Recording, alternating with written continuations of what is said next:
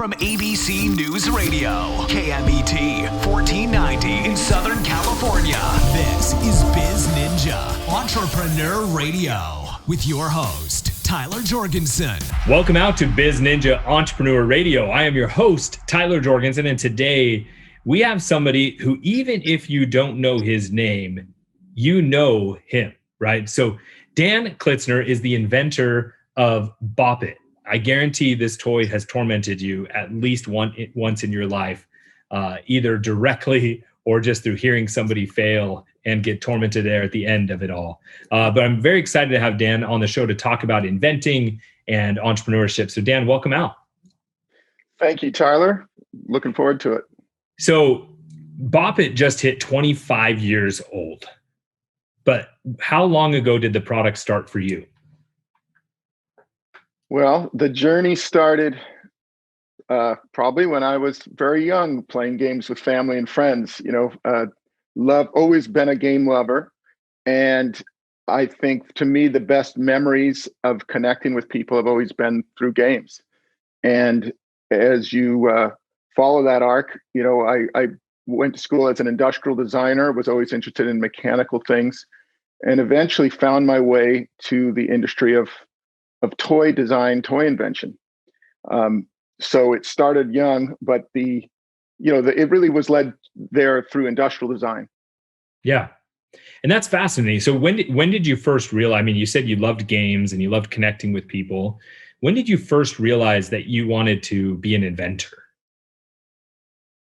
The first time I'd heard about what that you could do that was actually, I was a consulting designer for a toy company, Discovery Toys. They were one of my first freelance clients, where I was designing toys for them, maybe preschool toys, and for maybe 5-6 years. And I kept hearing that there was this sort of possibility that if you had an idea, you could pitch it to toy companies and they would license it. And I thought it sounded exciting. I mean, I really couldn't think of anything more fun. And so I sort of eased into it by looking into that as I was, discovering that field existed. So, it sounds like one of the most purest form. You just loved the idea of creating, and you loved the idea of then being able to, actually, turn that into something real. My understanding is that BopIt didn't start originally as a toy the way it is now. Tell us a little bit about BopIt, how its origin story. I'll try to make it short because it can go on and on, but because it really is like many inventions, it has I think the backstory on how inventions come to be is always real interesting, because usually there's several accidents, there's several lucky breaks, there's several things that really make something work versus it could just still be in the closet. And BopIt started because as an industrial designer, I actually had a client, Memorex, if you know who I was doing remote controls for. Sure. And I was designing, cool looking remotes. And right at that time, this is 1993, something like that, there were universal remotes started to hit the market. And I actually got another client designing this one for all universal remotes. And while I was doing that, I was also doing toy design for this Discovery Toys and starting to look into pitching inventions. Right. And while I was doing the remotes, I thought, well, what about remotes for kids? Could there be something like a remote and that would work just for kids? And I was also sort of on this kick of trying to make whatever I did more physical, things that you would have to physically engage with rather than pushing buttons on a remote. Could you do something? And the idea, I think I brought my little prop here for those seeing it. It was this hammer was a remote control that you bang on a table to change the channel up and bang it the other way to change the channel down. You would twist for volume and pull for on off. So those are all big physical gestures that were meant to be the opposite of just pushing buttons. I think what I think is funny about that is, that was invented 25 years ago because there was a lot less channels to hammer your way through. Absolutely. Even though there were enough, I just thought it was funny. Like it's kind of like watching a TV became a game. You just had Right. to, bang on the table, 20 times, now 900 times. So it was started as that. And I had some other ideas for remotes as well that were like a channel surfer, a couch potato, and a slice of pizza with the pepperoni, with like just silly ideas, but they were all funny gags, but none of them were physical. And so the company I licensed that to, I did license those, and some people have them, was not interested in the hammer because it was too different than the others, too hard to pull off. So in showing it, pitching it to some other companies, I said, this hammer thing, this is cool, it's like a toy, but it's a remote control. And someone like, this is one of the things about being an inventor, I think, as most people will tell you, it's about as much about listening as it is about inventing. And I was pitching it in one meeting, and someone said, well, maybe it's not a TV remote. Maybe it's just a game. Maybe, and instead of saying, of course it's a remote, you stop and go, well, maybe. And so I, through that and a couple other iterations, started to think about it as a game. Yeah. And this hammer that you bopped on the table, said, what if it was memory? What if it was like Simon, where it had lights on it and it told you what to do? And I actually tried that, and it was kind of too hard to remember these physical moves. When you think about Simon, it's a pattern, and your mind can memorize visual patterns quite easily. But then I sort of said, well, maybe it's audio commands, because it's part of that experimenting, and you're never sure where these epiphanies come from. Right. And so I tried memorizing 4 moves in a row, 5 moves in a row, and actually it was too hard. And so really what happened to the biggest sort of realization was, what if it was just one move? Wouldn't that be too easy? Would you ever get it wrong? If I told you, pick up that pen, turn off the lamp, you're like, well, you'll just do it, right? You'll never get it wrong. But somehow, because this was rhythmic, when I tested it, it was bop it, twist it, pull it, twist it, bop it, twist it, bop it, twist it. And you could tell by speeding it up, that you would eventually get confused with these physical gestures. So the biggest moment there was sort of having this hunch that one move, it's the only game really that's been done where one move at a time, you'll still get it wrong. And that's why people laugh, but they laugh at getting it wrong because it seems too easy. Right. Versus a game, there's plenty of ideas that are too hard. It's hard to make one that's that easy. So that eventually, I pitched it to a company. At the time, it was actually Milton Bradley. Again, through many relationships. At that time, I had also pitched some other ideas and successfully licensed some other games. And luckily, the guy, in a lesson of, it's who you pitch something to, not just the company, it's the individual. And this guy, Bill Dorman, who's passed away last year, was a very legendary guy. He had discovered Twister and Nerf for Milton Bradley, I believe. He was, so I was excited to pitch in this, and he looked at it and said, we're not doing games like this, but we should. So that little "but we should" was how BopIt really got in the door, where it was that individual saying, we should be doing this. And that's really the story you'll hear from many entrepreneurs is, did they make it through this gate or that gate? And from that point on, a lot of the development was done internally at Hasbro by some very talented designers. And really, again, to make the story short, that's the origin story of BopIt was. No, it's pretty fascinating. And I love the number of things that as an entrepreneur, you can learn from that, right? So you can learn the ability, like what you said was early on in that was really, really significant to me, which is it's not just about pitching, it's about listening. Because it's those little things of feedback, like that there were several different times that allowed you to really iterate and get it to something that took off. Now, I think when it first went to market, it had some nominal success, but the thought was it might only have a short 2 or 3 year window. When did you know that this was going to be a bigger thing and that it was a hit? Well, yeah, I started to get some calls from, it probably came out in June, July, started to pick up, no advertising, just no try me. It was just sitting on the shelf. And they started to do some TV on it, and they were kind of surprised. Hey, this is taking off. I got a phone call, and from Bill, and he said, what do you think we should do next? And if this keeps going, this is going to be a brand. Like, they kind of knew, maybe it took about another few months, but they were aware that this could be another brand. So that's why I came up with BopIt Extreme. Like, right away, I had probably some of the coolest drawings I have was like the original. This was the first BopIt Extreme sketch, just the idea of taking it further instead of smaller or theming it. It was just, in my mind, it was, if we can go bigger with this thing. And so luckily, again, they took that on, and that sort of cemented it once it sort of gained more momentum another couple of years later. But I think everyone was surprised that it sort of, ultimately, it's hard to get an evergreen game. There's very, very few throughout history. And, there's not that many Unos and Monopolies and BopIts. Right.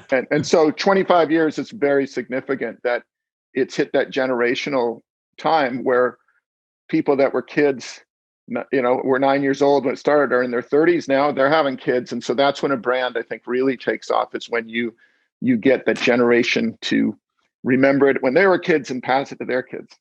I agree. That nostalgia has a really, really powerful component. Totally agree with that. So typically we ask entrepreneurs the challenges that they overcame while they were in that journey. So not necessarily just BopIt, but really just, Dan Klitsner moving from, a engineer into becoming an inventor and an entrepreneur. What challenges did you face early on, and how did you overcome them?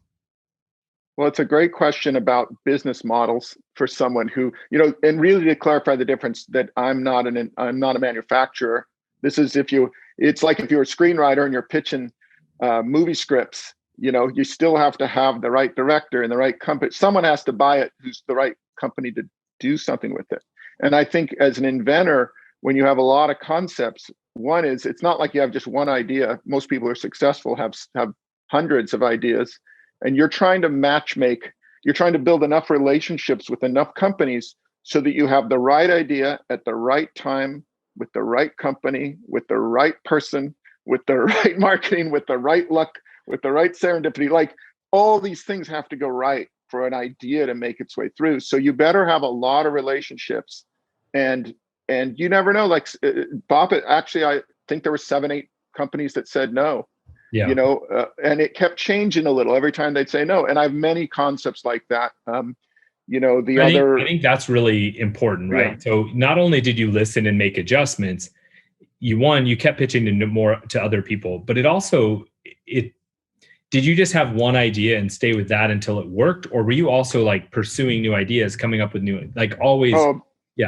Probably 100 ideas a year, maybe 200, and because each company is a little different, and as people find out about you, or as you start to build relationships, you just need one of those companies, the right company, to say yes. So you can be so depressed, oh, no one likes this, I really thought it was good, it's on the shelf. I've had stuff sitting in a cupboard for 5 years, and then someone's in the office and we say, what about this? And it's gold to them. So you have to really play. It's like you wouldn't pick one stock and just say, that's it, I'm never buying another stock. You go, you got to have a portfolio. If you're going to be a professional inventor, have a portfolio of ideas, understand your audience, know which company sort of has which type of line. Some of them are looking for preschool, and some for activities, and some for games, and so, like, they're all different. And the biggest mistake people make is they're sort of knocking on doors that are the wrong door. They haven't done their research, or it's the wrong time. As I said, there's a lot of the art of when and who when you're pitching ideas. Yeah. What else? What's another product that you've invented that people may know? Well, one of them that was done, let's see, this one is actually quite well known. It turns out, I just found out from my TikTok post, is that this is the sand digger that people have seen on beaches for this was actually before BopIt. It was my first product that I licensed. I made a lot of mistakes on it. I actually don't make royalties on it anymore. Which I'm sort of okay. It's like shareware, it's out there. I'm just proud that it's still being sold. It got knocked off. Yeah, you probably used it. And so this is my first, product. People know it, and I've got all the sketches and things that I had I love showing that off. Oops, Yeah. just lost an earplug. That's And right. so that it's something that people know, and I'm sure very few people would associate this and BopIt. They're not like similar in any way, except they're No. both industrial designy, ergonomic-y things. Yeah. So let's ask the one life lesson from the sand digger, right? So you invented that sand digger. You said you made a lot of mistakes along the way. Let's say somebody wants to become an inventor. What's the lesson you learned from doing sand digger that you could pass forward? It was that the good lessons is I found a company that wanted to do it. But the bad lesson was it wasn't a very good company, and they didn't really follow through. Often when you license an idea to someone, they're often the one that's supposed to apply for the right patents, because your original concept, you might be named on the patent, but to actually protect it, it's usually the internal team at a company that does that. And they had said they would do it, or I can't, honestly, I probably didn't have it in my agreement. I didn't verify, and it never got patented correctly. And so then a few years later, it was just getting knocked off. So now what I learned is you just make sure when you're signing an agreement, who's going to do the patent. Usually you try to get the toy company to do that and assign it to you. Awesome. That's a good lesson for other inventors to learn early on. I'm a big believer of the concept of learning from other people's mistakes and minimizing the ones we make ourselves, right? We're going to make plenty of our own. We don't need to skip the ones we can learn from others. That's the other. What? Go ahead. Yeah. Well, the other one, speaking of which, is Perplexus, which I co-invented this thing with Michael McGinnis.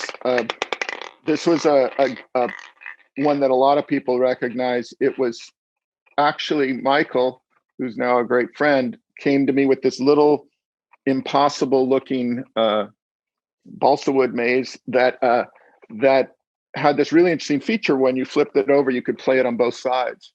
And so I said, it won't work the way it is there, but I have this idea of how we could maybe work together and change it. So it's one of the only people that I've actually collaborated with in a way that I just saw something really great with it. And he was really great at perfecting it. So this has been also now an evergreen that we eventually sold to Spin Master, the toy company. Very cool. So that's another one but unfortunately there were some, it also had some issues with intellectual property that we had to learn a lot on. So it's a tough one. I don't say go out and patent things before you know if you have an audience, because it's very expensive. But once you do have that license in place, it's important to know whether you should patent or copyright. Very good advice. What is a product that you invented that you thought was going to take off and just never did? Wow. You're like lots of them. All 198 per year that didn't. There are a lot. I mean, I'd say that, what's the biggest disappointment might be. Oh, that's a sad way to say it, but yeah, sure. Well, no, I've been looking around here at all these things. There's probably, I'd say boy, I probably just wipe out the disappointments. But that's good. I'm okay with that. There's here, I'll just find one though that's fun to see. Because I think it's important though, Dan, like that people who are trying to become entrepreneurs or inventors, that they understand like everything you do isn't going to be a win, and that's okay, right? Literally, this is it. This is an electronic slinky. Okay. See, you actually have games you can play. See how there's lights in it? Yep. And it was a concept that we actually that I with my partners designed this thing, prototyped it, and it was not just a slinky. You could play all these games. It had tilt switches. It was kind of like super high tech, and worked on it with Spin Master, licensed it to them, and it is probably one of the biggest disappointments we've had or they've had. Just it's one of the lesson is everything's related to price, especially in toys. This product at $20 was great. People bought it. It worked on TV, but it really needed to be 25 for them to make profit. And the difference between 20 and 25 is that 25, it just sat on the shelf, was on clearance within a few months, and that was the end of it. So, people often, that's probably It's right amazing company, how right often time. that small difference of 25% of price can make or break an entire product, right? And the challenge Absolutely. is that sometimes when you get more manufacturing, you can get your cost down, but you have to have that's a long play. Most companies aren't going to put a lot of cash into something until they know it's going to work. Well, even at high volume, because the companies that I deal with usually are the high volume That's true. companies. That's when every little penny counts. Every penny, and people, their biggest thing. Oh, I have $1 million idea. I have this great idea, and they have absolutely no idea about the cost, and that makes or breaks most of the toy ideas and game ideas that I've seen. I totally agree. I was BopIt, you're kind of your main one, right? And you've got BopIt for Good as your website, where BopIt having its 25th anniversary, and you really have a goal for it to continue to benefit people and to do good in the world, which I think is so cool. Tell us a little bit about BopIt for Good and what your big vision is. Thank you for mentioning that. Well, it is, after 25 years, I am grateful. Not just, it wasn't just BopIt's original success. As you can see behind me, I think I've, been involved in every BopIt since then, and now all the characters, really spending much of my time nursing and nurturing that line. So, but it's given me the ability to do what I love to do, which is, I say, invent more annoying games and toys, even more annoying than BopIt. And so I really wanted to give back, not just to to fans, to just whoever was involved, even back to Hasbro in a way, for being such a great publisher, is to create something that associated BopIt with doing good.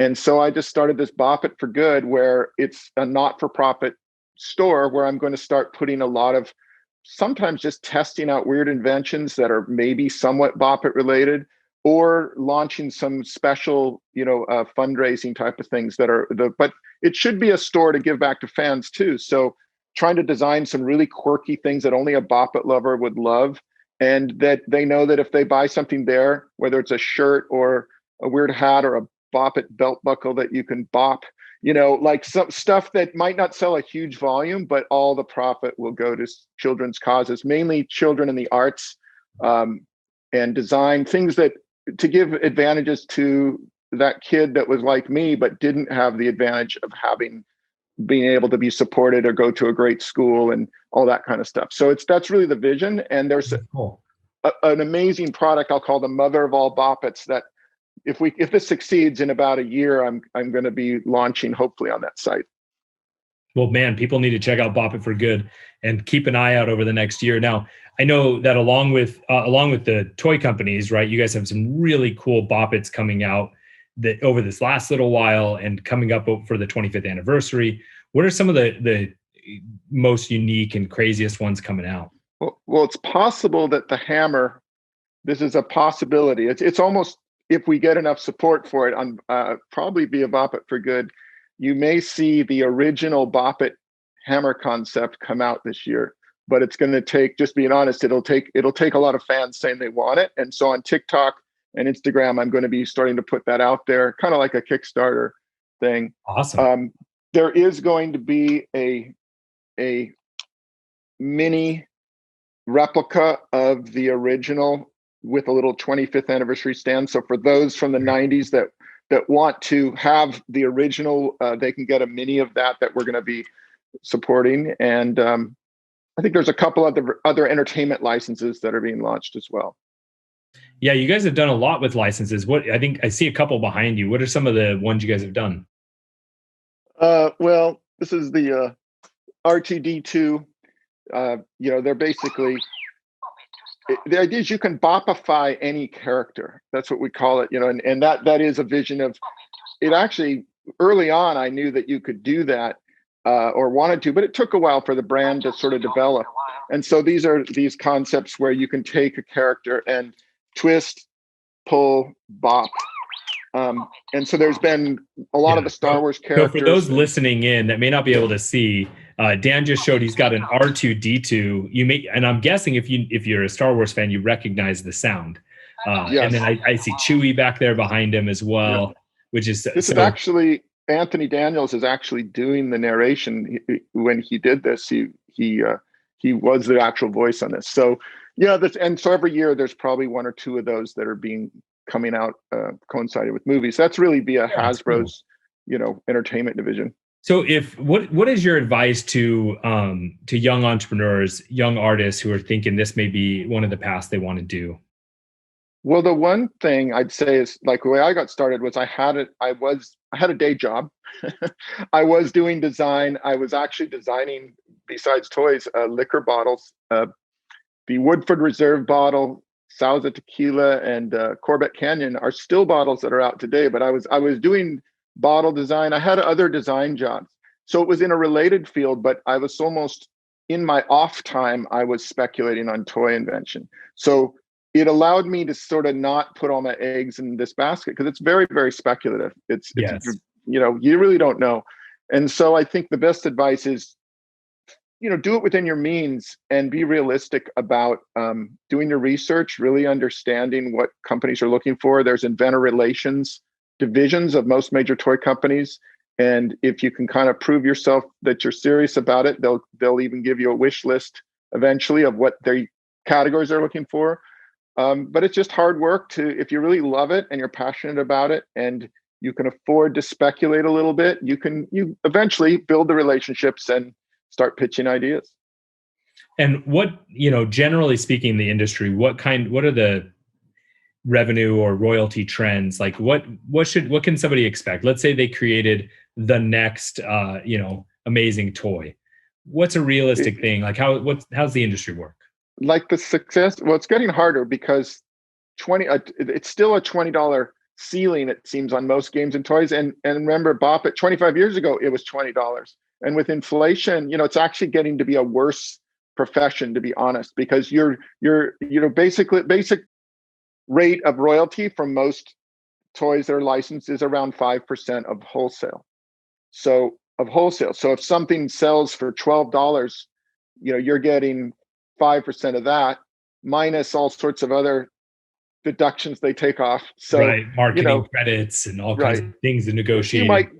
You might get 50 cents on something that's sold for $20 in a store, because by the time so the business model is, that's why you need pretty high volume. So if people sell 10,000 of something and all you're getting is 50 cents each, well, so it's $5,000, but did you work all year on it? Did you, people got to do the math, because that's why you need a lot of little hits or one or two big hits. And why, if they only last a year, you're just constantly trying to come up with new things. So I'd say it's sure, if you hit a home run, like I got BopIt allowed me to keep the doors open and keep it trying to invent other stuff. It probably paid for a lot of mistakes. Sure. But it's still a business. If you want to keep doing it, you have to really be active and keep pitching. I love that. And I think that's the same. I don't care what industry people are in, right? If you want to keep doing it, you got to stay active and keep pitching. And I think that was a great way to wrap up. Really appreciate having Dan out on the show. Please check out BopItForGood.com and buy as many BopIts as you can, because Dan needs those pieces piling up. And the at BopIt Inventor, if you want to see some funny if you're a BopIt obsessed person and you want to look at some TikToks with me embarrassing myself, BopIt Inventor. No, you crush it on TikTok. Absolutely. Check out Dan at BopIt Inventor on TikTok. All my biz ninjas, wherever you are listening in, it's your turn to go out and do something. Thank you for listening to BizNinja Entrepreneur Radio with Tyler Jorgensen. Please make sure to subscribe so you're first to hear new interviews and episodes. If you found this podcast to be valuable, please share it with a friend. Don't forget to visit our online dojo at BizNinja.com to claim your reward for listening to the show.